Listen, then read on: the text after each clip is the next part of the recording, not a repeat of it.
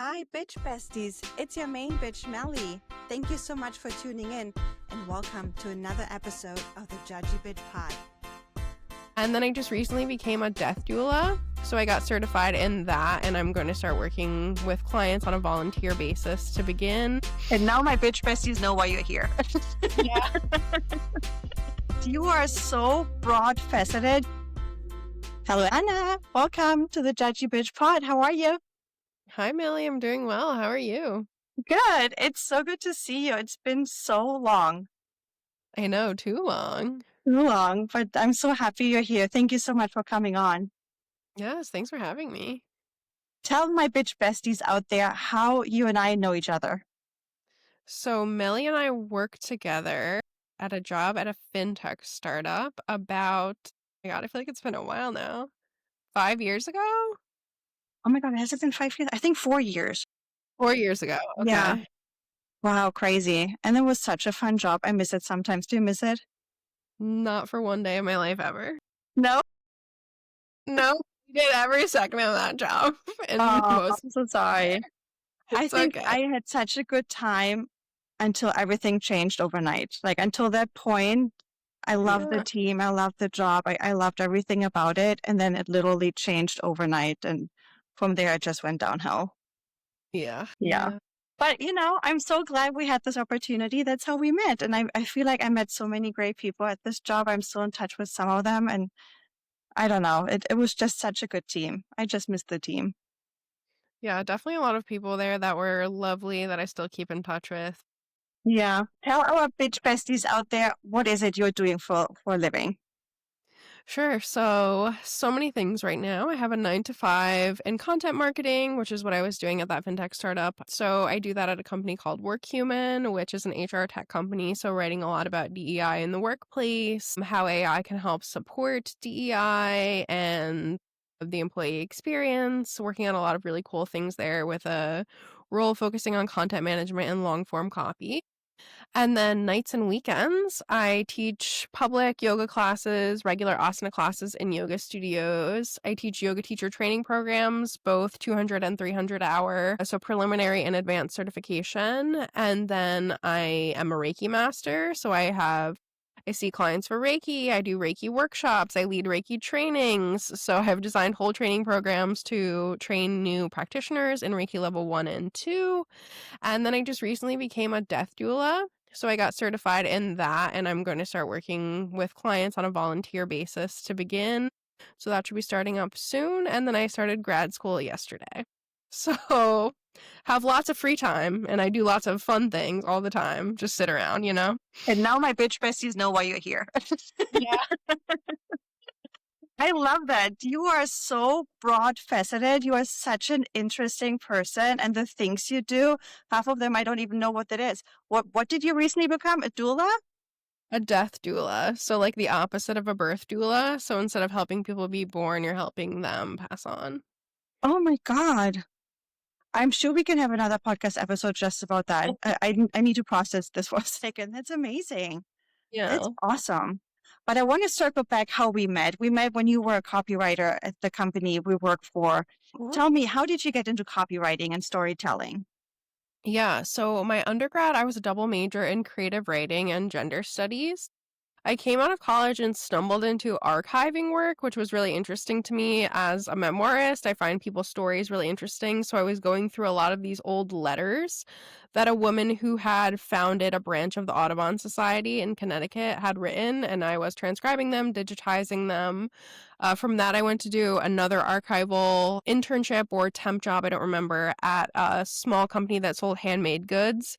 Within 3 years, became their content manager, their sole copywriter for digital and print.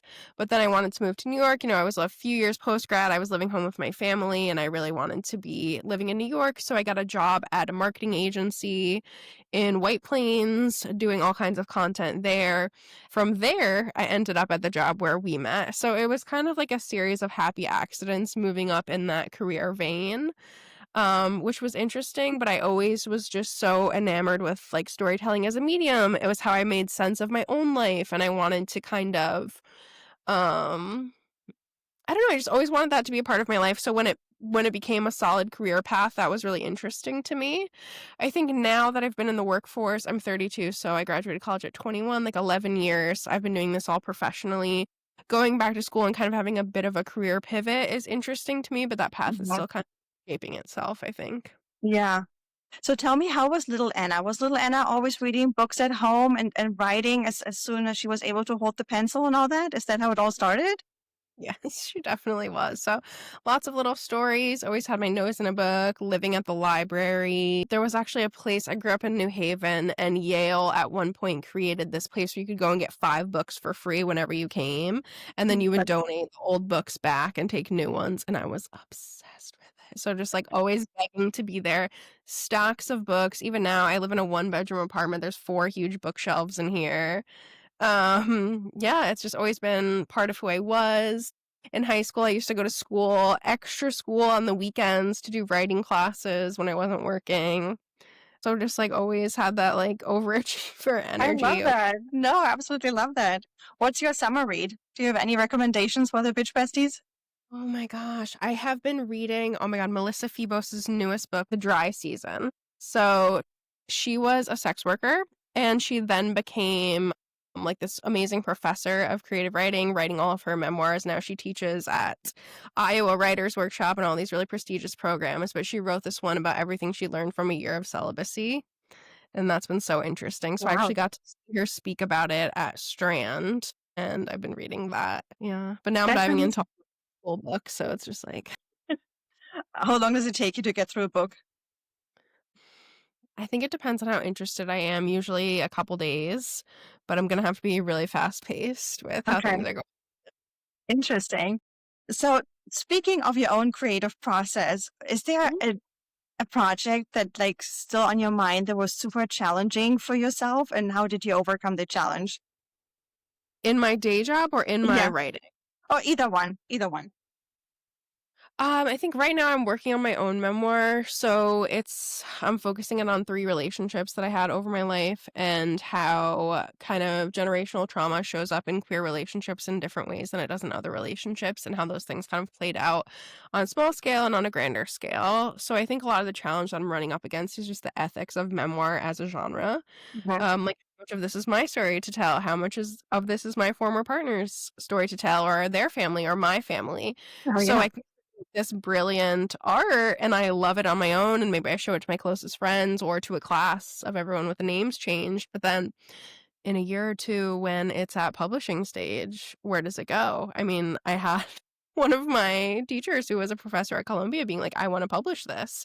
And I had to say, absolutely not. Like I can't do that at this stage. So I think kind of talking to other memoirists, learning more about the ethics of that genre. I'm taking a class in memoir in grad school this semester and really deciding like my own comfort with that, learning more about the legal process and what's required there, I think is like the biggest challenge. And I'm still kind of just trying to soak in all the information I can to move through it. I love that. Do you have a typical creative process that you do? Do you listen to a song and then you grab a coffee and then you sit down, or like how do you go about it? Oh, I wish that sounds so peaceful. I feel like I do a lot of writing when I'm actually having really bad anxiety. So I write a lot when I'm traveling. I'll write in the airport lounge, on the plane. I write so much. I love Google Docs because you can use it from any device. So I'll Mhm. be like furiously writing in Google Docs when I'm on the train all day. Or just if a thought comes up when I'm walking, and then I love that it just like syncs to all the devices like that. So I feel like it's very piecemeal. I think making more time to just, like you said, like sit down, get a warm beverage, do my writing. I need more of that structured time. So hopefully now that I'm back in school mode, I'll be able to set some of that up. Oh, works for you, right? Whatever works. Do you ever hit writer's block, and how do you overcome that? Ooh, I feel like I hit writer's block more professionally than I do personally because I get bored sometimes. And then what do I do about it? I try to approach things from different angles. So kind of talking about, hey, we write blog posts that are exactly like this all the time at XYZ job. How can I change them? Can we talk about this from a different angle? Can it be in a different format? Just trying to keep things fresh and sometimes changing either, how we're speaking about something or changing a blog into a one-pager that has graphics and is more interesting and digestible. Just trying to kind of spin things around a little bit is usually pretty helpful in getting my brain to work again. Mhm. And how do you balance storytelling in the client's voice versus your own voice? How do you balance that in your own head and then get it to paper? Yeah, I think it came over time that I really had to take my ego out of things. So whether that was telling stories of like artists who handcrafted things in my first job, or I mean, I was working for a year writing for credit card companies. Like their voice is very different than anything I would ever I say. bet. Wow. So things like that, just really having to like get into that ghostwriter energy of like I'm playing a role, or this is like a Halloween vibe, like I'm pretending to be this person. It came up a lot in other jobs because a lot of different people would have opinions on things that would have to get changed at the last minute. And so I really had to learn to take my ego out of things. Hmm. I think it's a lot easier to receive criticism or this is out of voice or this needs to be changed when it's the professional work that I'm a little more emotionally detached from Hmm. ever was about my own personal work, but also having gone to school, I mean, starting at 18, concentrating on creative nonfiction and getting like grueling feedback about like how you were describing the most like intimately hurtful moments of your life, starting at like a very young age doing that gave me a thicker skin as time went on. Wow, awesome. Do you have a favorite campaign or tagline or piece of copy that you've ever created? Oh my gosh, that's so hard. I feel like a lot of the DEI content that I've got to focus on was really important and meaningful to me, and I love how much I get to do of that in my current role. And then there's a lot of true executive buy-in rather than performative executive buy-in that I think really translates on the page. I can't think of anything quippy right now because I tend to write long form more than short form, but yeah, I would say anytime I get to write about that, something I'm really passionate about, those are my I love favorite that. pieces. I Yeah. absolutely love it. And you mentioned that currently you're also working with AI and communicating about AI in the storytelling you do. How does Yes. AI affect copywriting for you? Is it a threat to you, or you use it to your benefit, or what is this AI going on right now? I would say I want to be careful with how I phrase this.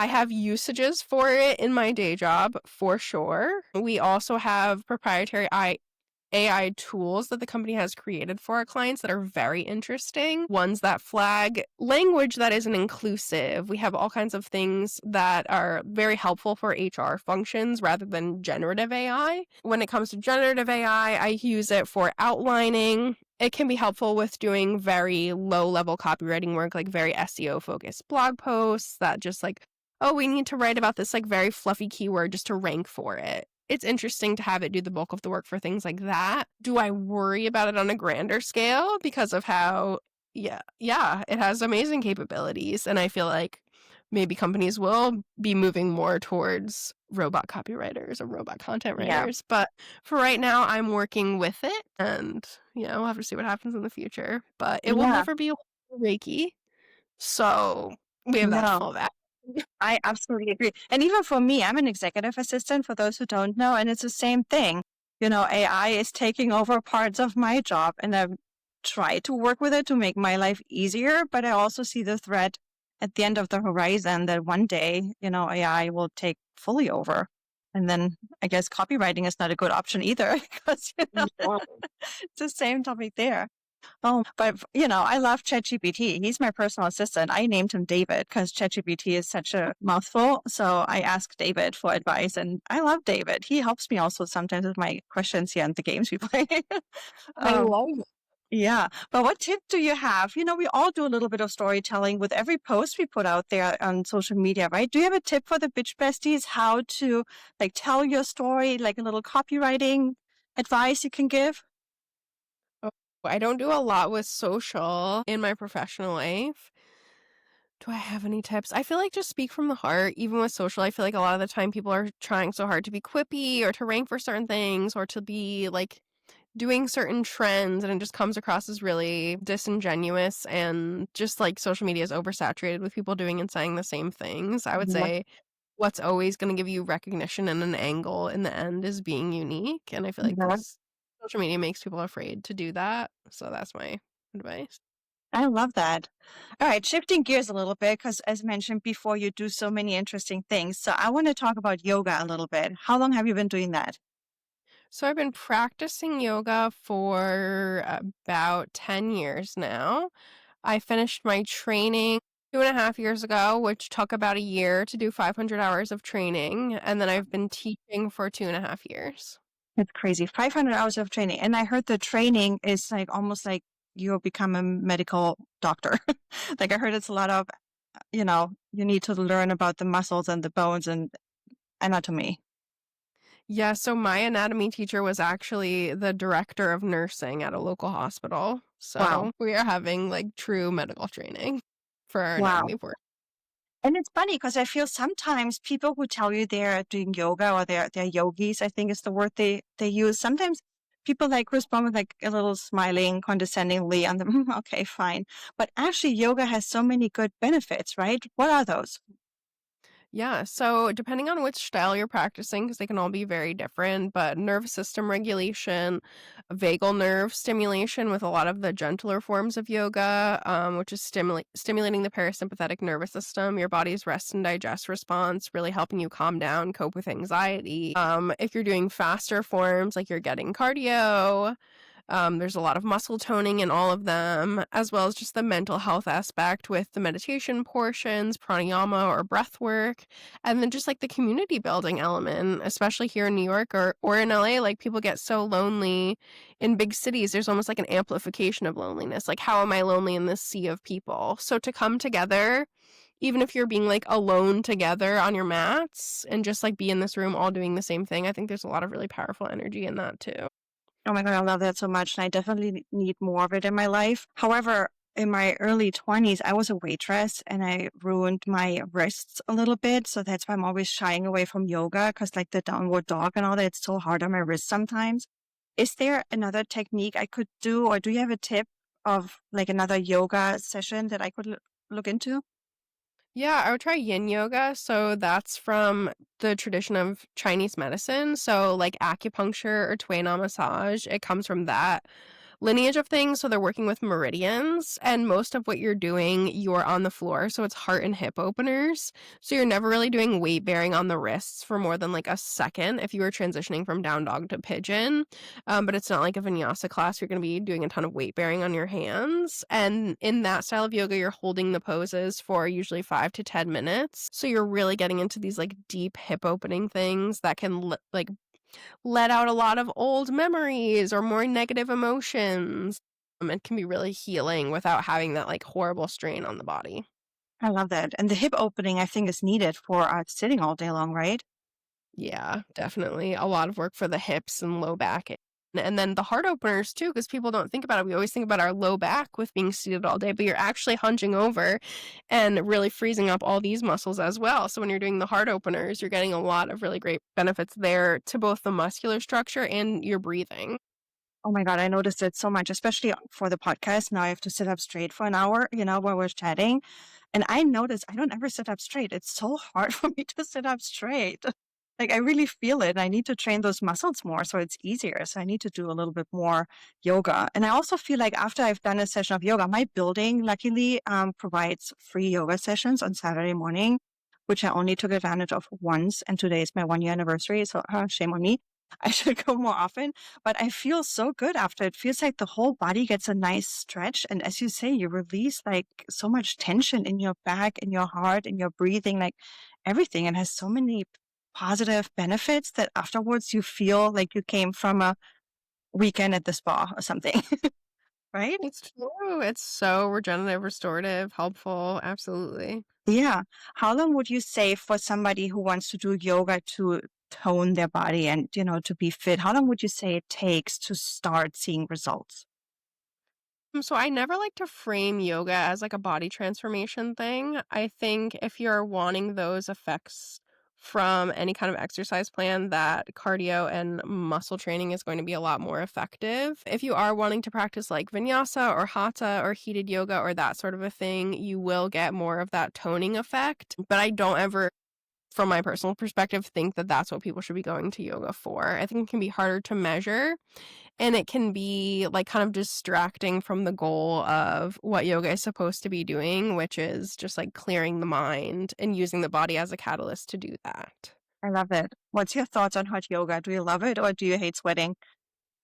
So I know that it's a really transformative practice for a lot of people, and a lot of my friends work in hot yoga studios. I have fibromyalgia, so for me, extreme temperatures are just like my body is allergic to them.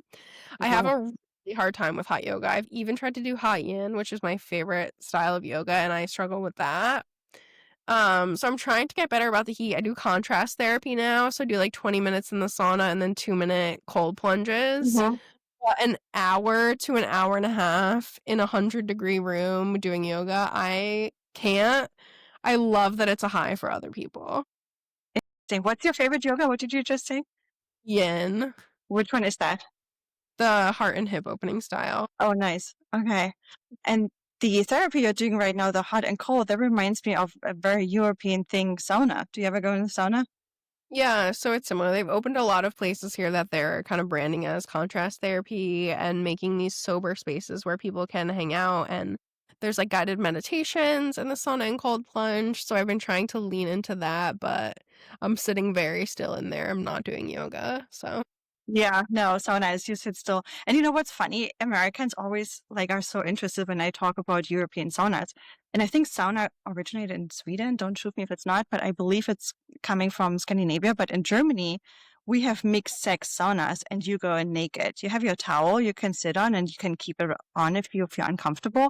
But a lot of people, they don't care so much. So, you walk into a sauna and you see a lot of bunch of naked people and nobody cares. Nobody is staring. It's very respectful. And then after the sauna, you have sex separated showers. But, in Germany, everybody's naked. And I don't think that's the case in New York City, right? bathing suits, but as we all know, Americans are so afraid of their own bodies that, that would be scandalous even in New York City. Yeah. So But Germany also has nude beaches, or even on regular beaches, a lot of women choose to go topless, at least. I think it's a very European thing. yeah, saves you from the tan line. Yeah, exactly. All right. You also practice Reiki. Can you explain what that is? Yeah, so Reiki's a Japanese form of energy healing. The lineage was born in Japan, brought over to the West through Hawaii, and then spread through the continental US about 100 years ago. So it's a really sacred lineage. I can't speak about a lot of how the practice works from behind the scenes unless I'm training people and initiating them into Reiki. But I work with clients one on one. If they have any kind of emotional issues that are going on, I can give treatments with that. I'll also do kind of themed workshops. So people will come into the yoga studio. It will be in that sort of space, maybe 10 to 12 people. I think the largest one I did was like 25, and that was really intense. So we'll do all kinds of different things, whether they want to like cut cords to X's or manifest new things with the new moon. Things are usually themed. I'll go around and do Reiki on all of them within those. I've also partnered with a breathwork teacher that I was seeing for a while to do Reiki and breathwork in a session, which was very interesting. So really just getting into like the community healing aspect of things and helping people work through anything they're working through. Showing them that growth is always possible, healing is always possible. That is so interesting. How did you get into that?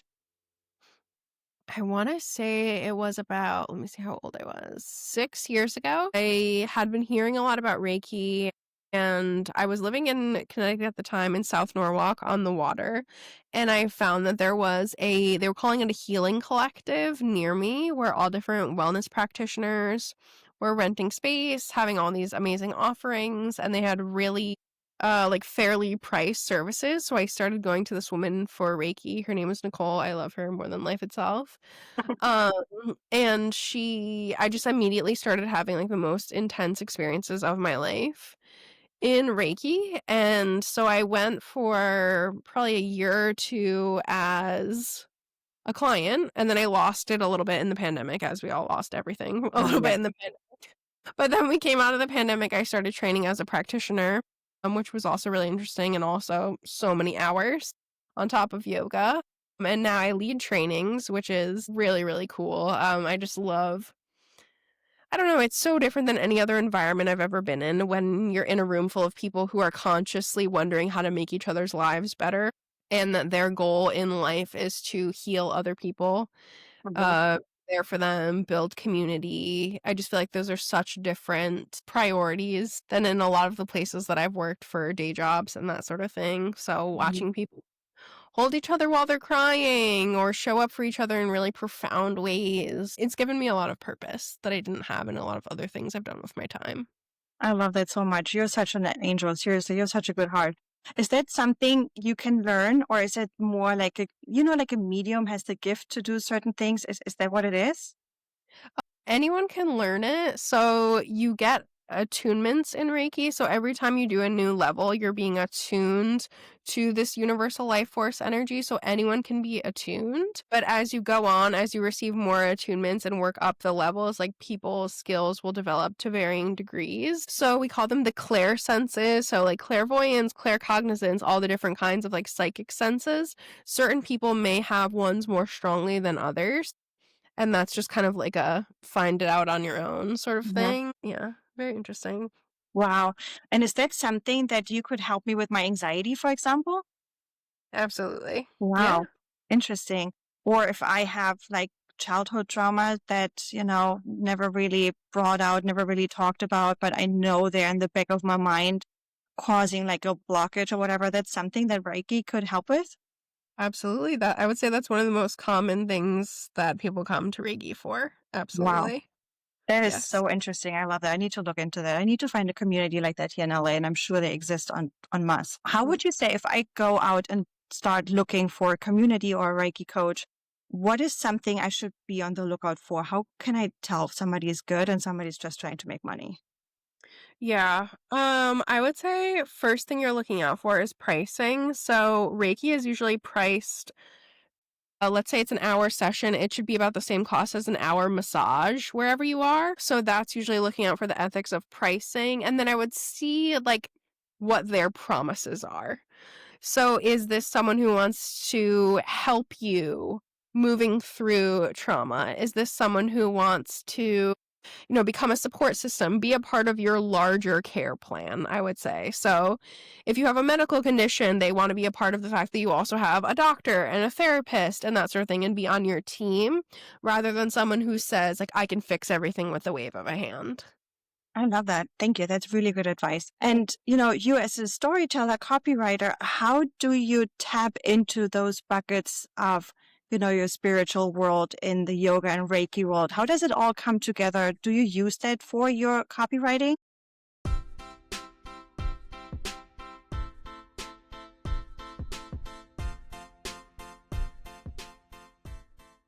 I would say more the other way around is that I use storytelling as parts of my spiritual work. So some of the classes that I teach for yoga teacher training, we call them the poetic savasana. So we're teaching students how to use storytelling as a way to frame their yoga classes, a way to design like classes from beginning to end, whether that's poems they read in shavasana, the poses that they pick throughout, dharma talks that they give at the beginning of class and how to make that fit into a storytelling narrative. And then in Reiki, it's not just in Reiki, it's in many things, but there's this concept of narrative medicine. It's actually a master's program now at Columbia.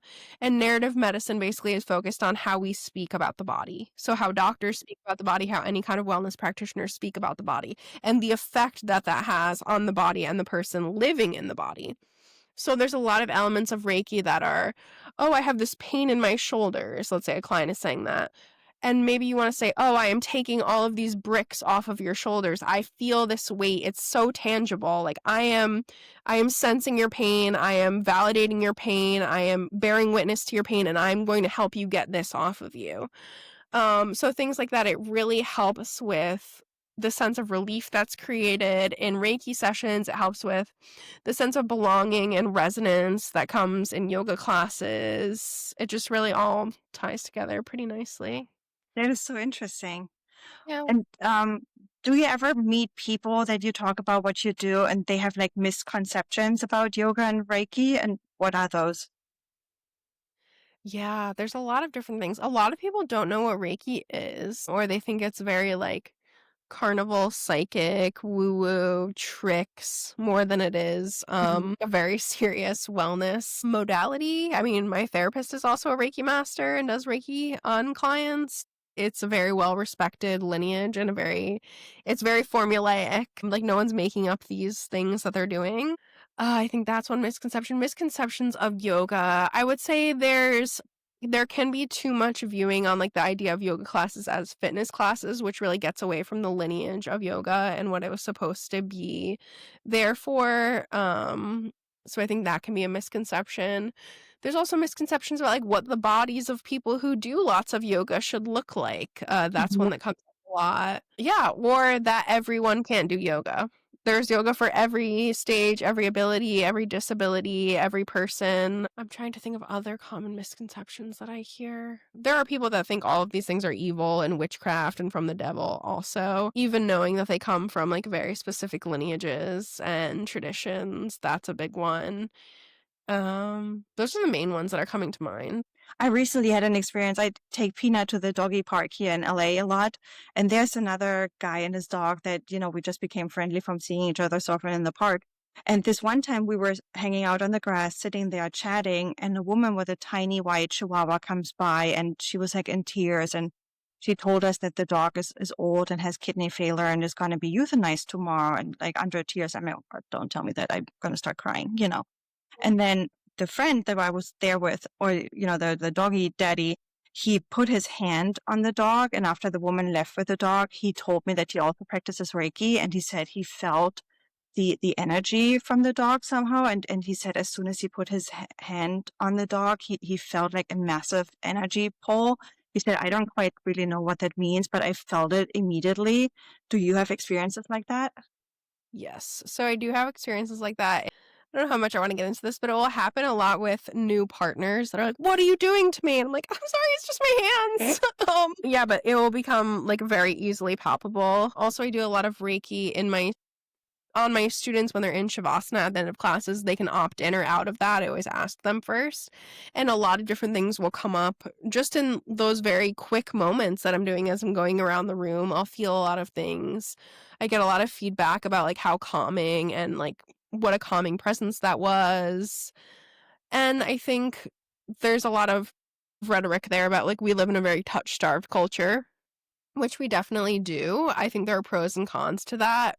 I think if people are coming into yoga spaces because they want touch, that's not the best place to do that. But I think there is also power in what comes from the laying of hands. Like, energy healing or the laying of hands is a tradition in so many different cultures called so many different things that are very similar to Reiki. So I think the fact that we have that intention to heal each other or to heal animals or plants or the world is really beautiful, and that way more people are capable of that than they think of if they just tapped into it.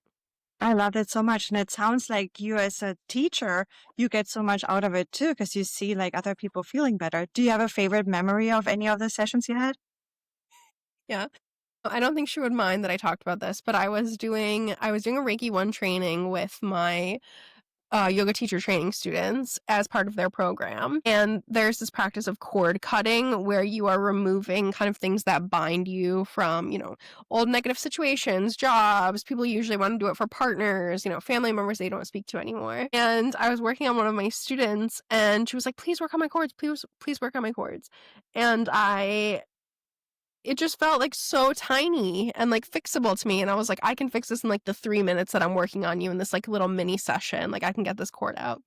And then afterwards, there was just, like, this red light flashing thing in my head that was like, "You need to tell her to go to this dating event from this group that I go to for, like, all kinds of tantric dating, um, like, connection events." I told her to go, and then 3 weeks after she went, she messaged me, and she's like, "I just met the love of my life." Like, Oh my me God, I love that. they're still together a year later. It's so funny to me. I mean, funny in a great way. Like, it was just, like, this beautiful little moment, but I absolutely love that one.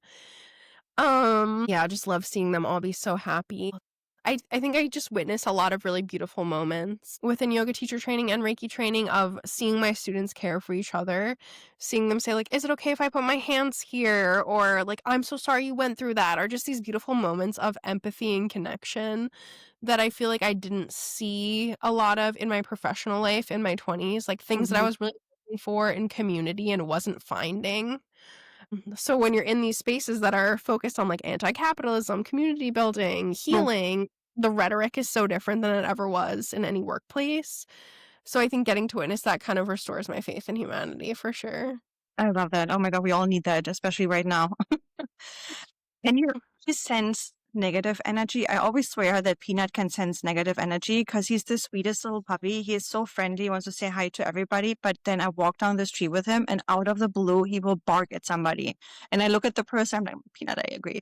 You know, like some people just have this negative energy about them. Can you sense that too? Yeah, absolutely. Unfortunately for me, sometimes lust blinds me from it and I dive into some really bad situations. Oh, But I same. would say, yeah, I feel like we all do that. Yes. So definitely. But I think that also happens from a positive perspective as well. Like I can sense like, oh, this person is so genuine in the way that they're moving through the world.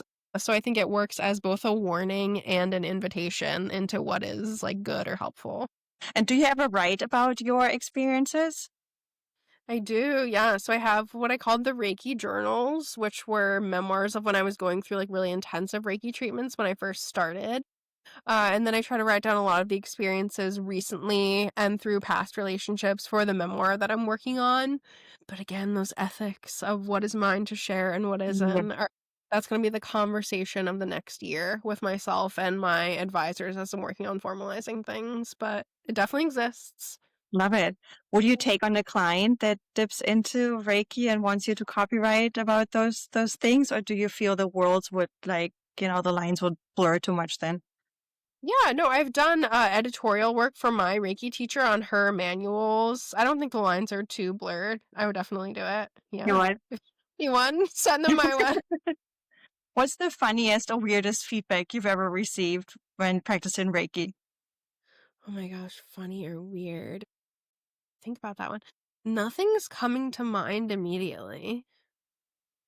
Funny or weird. I mean, I think everyone has just really different sensory experiences, Mhm. which is interesting to learn about, like the way they'll describe bodily sensations. And I'm always like, I've never felt that, but I love that it happened to you.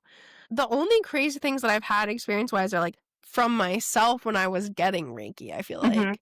When you start tapping into hearing your spirit guides, those are when I've had the weirdest experiences.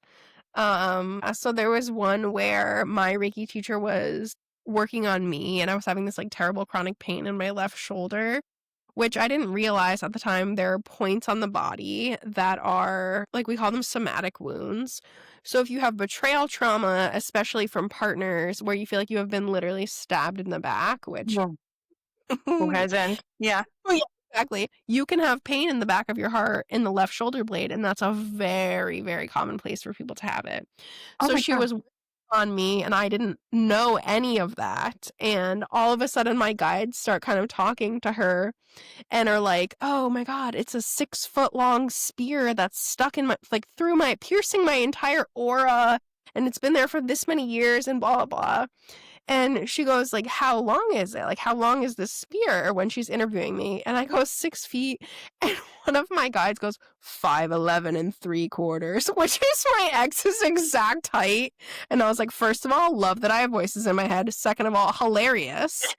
Wish you could all do something more interesting for me than make dumbass jokes when I'm in Reiki, but thank you for that. The spear is 5'11 3/4. Oh my God. I love it so much. And Yeah. this is the judgy bitch part. This is the judgy bitch side of me. How do you keep yourself from sometimes judging people or like bitch, I know better? I think it's hard for me. I think it's come in time that I don't see a lot of value in that. So for me, the most valuable thing that comes out of my judgments is learning who belongs in my life and who doesn't. Mhm. But beyond that, first of all, I'm too busy. And second of all, I don't get a lot of good out of making judgments on other people's lives because I don't want judgments to be made on my life. It's a good So point. yeah. But I think as a method of self-protection, that's been helpful. And then just having boundaries about, like, how much I share as a practitioner. The other thing is, like, if I'm teaching to a group and someone is trying to get me to, like, perform psychically, like, Mm, "Can you feel my body where this hurts?" "Yes, but I'm not here to put on a performance for you, so I'm not gonna say that in front of the group when you're trying to test me." right.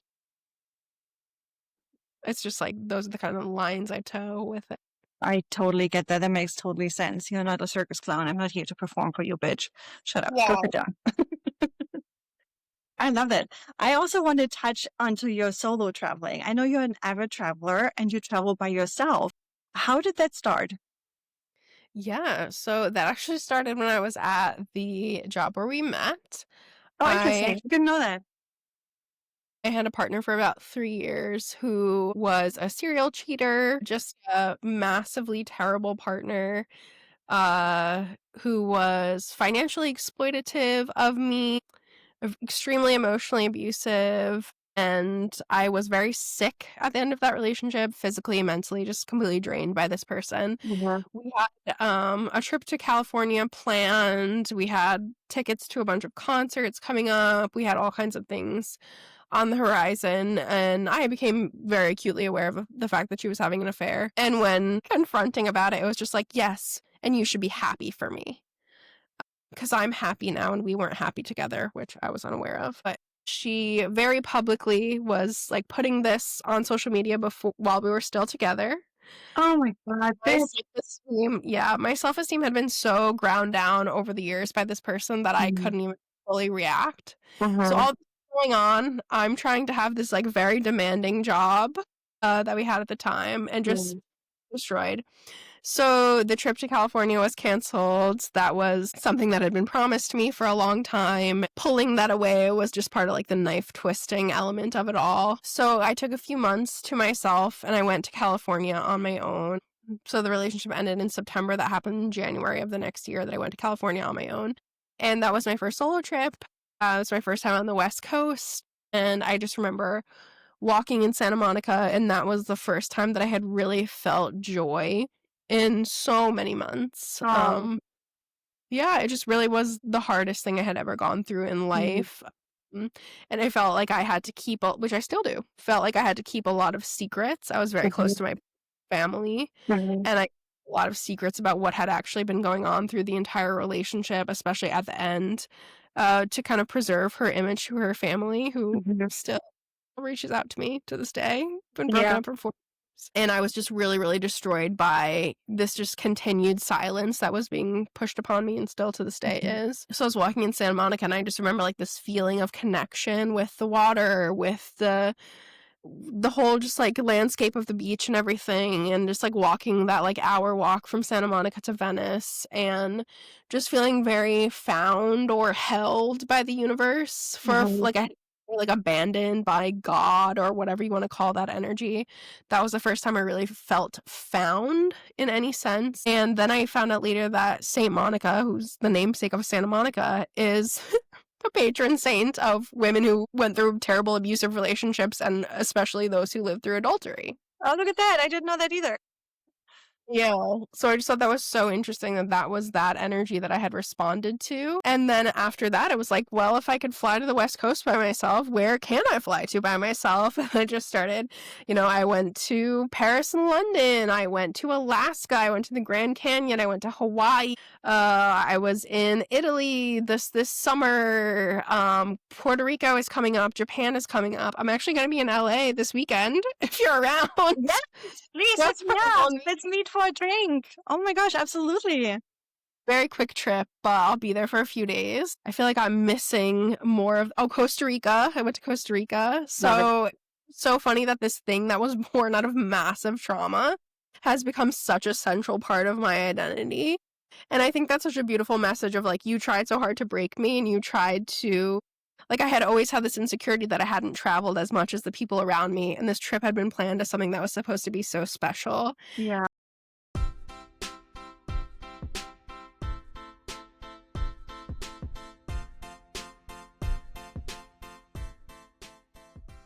Uh, so And just the fact that that was just another, like, instance of abuse that was meant to so deeply wound me, and that it became, like, this beautiful arc in my life, I think is very vindicating and comforting, and it's just a testament to growth. Like, I wanna give myself credit for things that I should be proud of. I think it's always beautiful when someone tries to destroy you and is not Yeah. successful.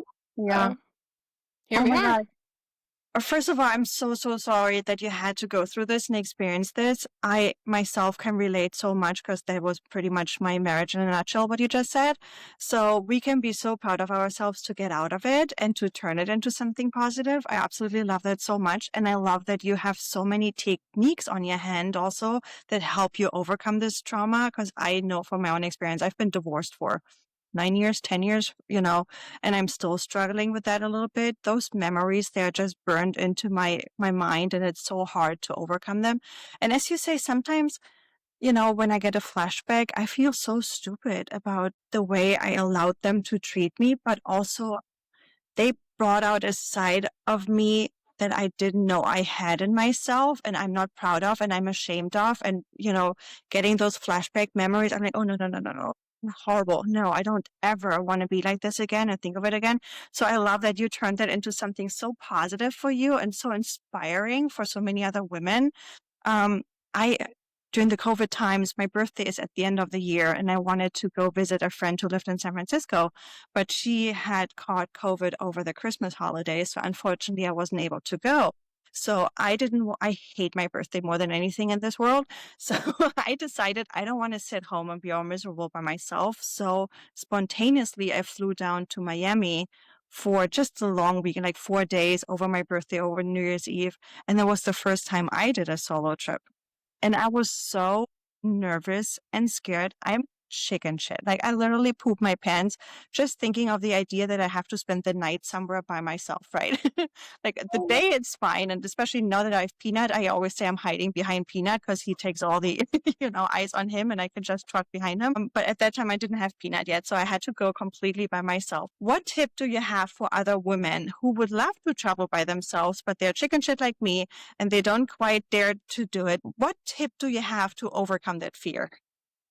Yeah, I think maybe starting small and then crescendoing up. So I was a person who, like, in my mid-20s, I got really comfortable with going out to dinner by myself, going to the movies by myself, going to concerts by myself. And then, I did that first domestic trip by myself, and then international trips came after that. And, now I'm on a boat alone in Alaska. So I think it can be cumulative. Like, don't start off with the biggest trip you've ever Yeah. dreamed of, and just kind of build up your confidence and your comfort. But I also think it's really interesting. Or the most interesting thing for me is that in all the times I've been alone, I have met other people, and especially Mhm. other women who were alone. Whether that's dining alone in a restaurant, I was on a very small National Geographic cruise in Alaska, so only 60 passengers on this little tiny boat. There were Oh my 5 God. female solo travelers on that trip. Oh, wow. I love that. So it can be interesting to just realize how many people are on this path, how many people are kind of living this reality and that it's safe. I think we focus a lot on it's so dangerous, it's so this, Yeah. especially for people who already live in big cities. Yeah. You're doing all this armoring, you're doing all this, looking over your shoulder. You know how to take care of yourself. You're going to be fine. I don't do Tinder and the like when I am traveling. So that is my Yeah. one thing as a safety measure that I'm really careful about is I'm not meeting up with strangers in cities that I don't know well the way that I would do that here. So Would you that's take the one. anybody to the hotel with you that you meet at the bar? No. So I really that's my one thing is, like, I'm very careful about the, Yeah. like, That's, vacation hookup, yeah. vacation date, because I feel like that's how you end up on Dateline. Yes. That's what 100%. Yeah. Yeah. Other than that, I've been fine. Yeah. Yeah. Oh my God, I love that. And sometimes when I go by myself, even to a restaurant or something, I feel so stupid about myself sitting there and I'm like, everybody's staring at me. Nobody gives a fuck that I'm sitting there by myself. Nobody is staring. I don't know why I feel this way. I guess it's my insecurities. How do you make sure that you enjoy yourself and you don't have those silly thoughts like I do? I definitely still have them sometimes. I mean, I was in Positano about a month ago, and I was so excited to be there. My whole family on both sides is from the Amalfi Coast, so it was such an important trip for me to take. And I was eating at this really famous restaurant in Positano, and I said like, "Oh, did you get my name down?" Because it was a restaurant where you had to pay a partial deposit to make a reservation. And he's like, "Well, yeah, I figured out who you were because you were the only person who had a reservation for one." Oh, bitch. Yeah. So that first hit me a little bit as Yeah. like I'm the only person here alone. Everyone here is having this beautiful romantic getaway in Positano. And then I just like was quiet for a moment and realized all the couples around me were arguing. There you go. No person that I have ever dated would be a positive, like, addition to this trip. I Yeah. could imagine each of their fatal flaws, like, I didn't have to deal with anyone's whining, cheating, wandering eye, doing cocaine in the bathroom, like, just no Yeah. one's was there with me, and I could just look down and enjoy my food, but there was definitely that moment of, like, you're the only person, you're the only this. It comes up from time to time, just really focusing in on, "Wow, that look how brave I am. Look Yeah. how much I've done with my life," and yeah, exactly. I What love else can that. you do? It is what it is. If you're not okay alone, you're not gonna be okay with someone else. And I think spending so much time on my own the past few years, I was dating a lot after that major relationship ended. But for 2.5 years, I've been on my own now, and just what a, like, recentering time. I mean, I date with a lot of intention now. The standards that were the bar was in hell are now up here, and Mhm. so I a lot less people, I date a lot less frequently. It's very much a quality over quantity thing, and I think so much of that, like, raising of my standards has come from how much time I've spent alone. So I I love think that there's so much. yeah, there's so much positive that came out of it, so much room for soul searching, and yeah. I love that so much. That's such great advice for the bitch besties out there too, to empower women. Like, if you don't have anybody to travel with you, don't waste your fucking life sitting home on your couch. Go by yourself. Go find a nice trip that you would like to take. Start small, like Anna advised, start with a weekend trip somewhere not too far away and see how you're doing. And it's definitely a muscle. I feel like we need to train a little bit, right? You have to build up this self-confidence of traveling alone and just, take with you all your safety measures that you would have at home. As you say, we're all living in big cities in a dangerous environment, so to speak, right? So we all know how to behave. So just be wary of your situation, of your surroundings, but go the fuck out, enjoy your life. We only have this one life. YOLO, let's go.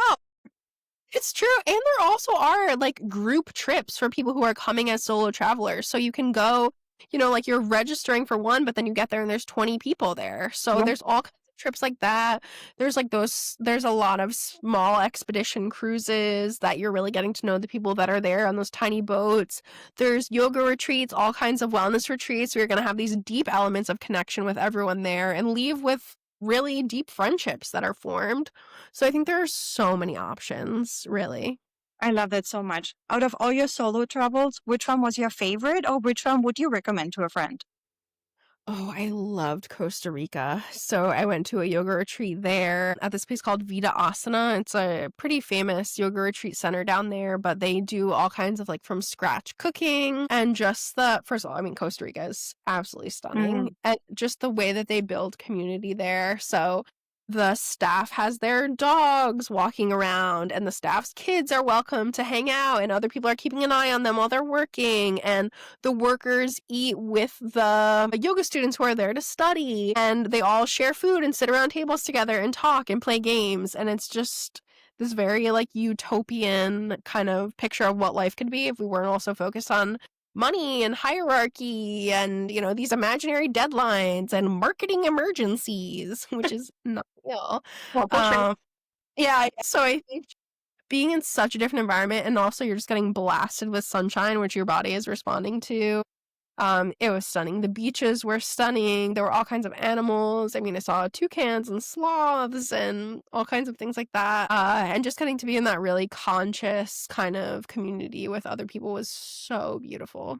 Oh, I love that. I need to look into it. Actually, The Bachelor in Paradise is filming in Costa Rica right now, or is airing in Costa Rica right now.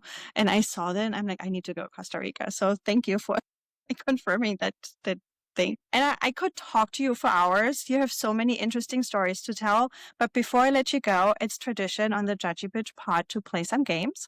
So Okay. or actually David slash ChatGPT has prepared some fun games for us. The first one is Okay. called Copy or Crap. So I'm going to read you a tagline or slogan, and you have to tell me if you believe it's real or it's somebody made that up. Okay? Okay.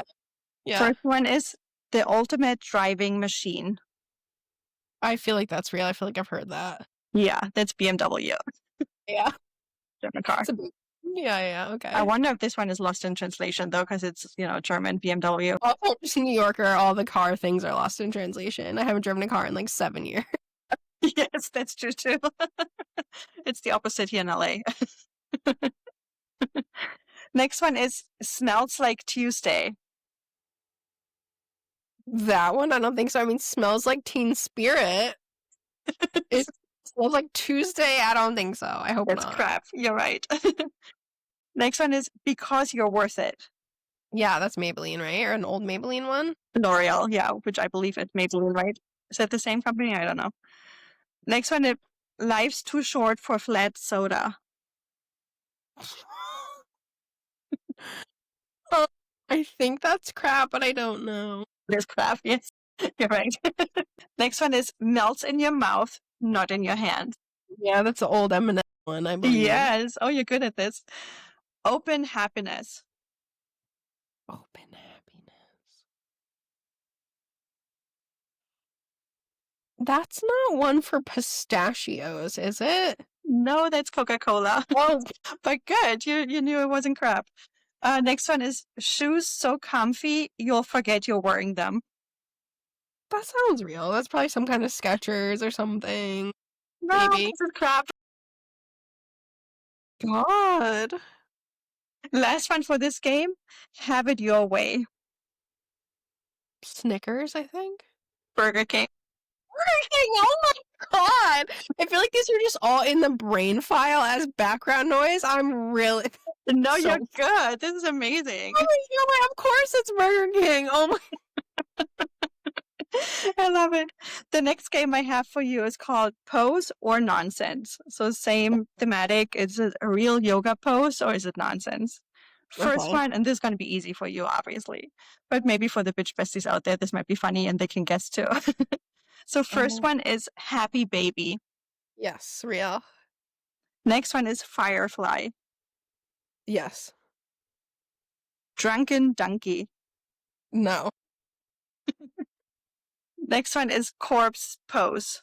Yep. Shavasana. Melting Ice Cream. No. This is too easy for you. And last one, the chair pose.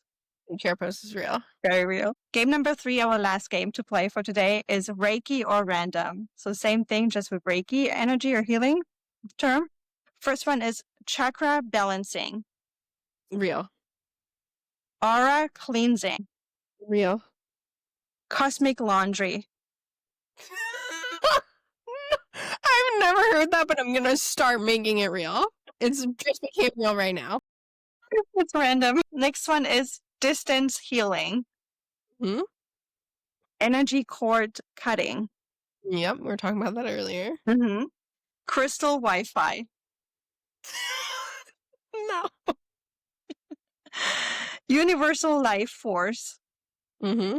and last one, quantum burrito. No, but again, the one that I would like to become real. You know? Oh my god, Anna, this was so much fun. Please hit me up. I'm going to send you my phone number after this. Please hit me up when you're in LA. I'd love to meet you for a drink. This was so much fun. Thanks so much for coming on. And if anybody's interested, tell the bitch besties how they can find you. Yeah, so they can find me on Instagram, Saturn's Return Reiki, or there's a website, saturnsreturnreiki.com. If you're looking to book distance sessions, I offer them weekly. There's always space available. If you're looking for me for freelance copywriting or editing work, you can look at my LinkedIn. It's Anna Picagli, Picagli. Happy to help with any and all the things.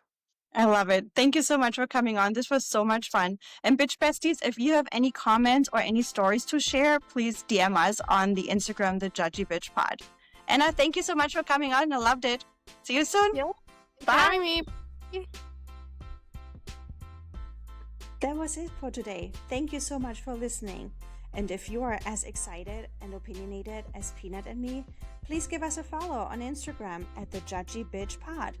And don't forget, please also tell everybody you know about this new podcast so they come and follow us as well. We would much appreciate it. Would you like to be part of it? Sure, go ahead. Send us a DM with your feedback, your hot takes, and your unapologetic opinions. We might read them next time.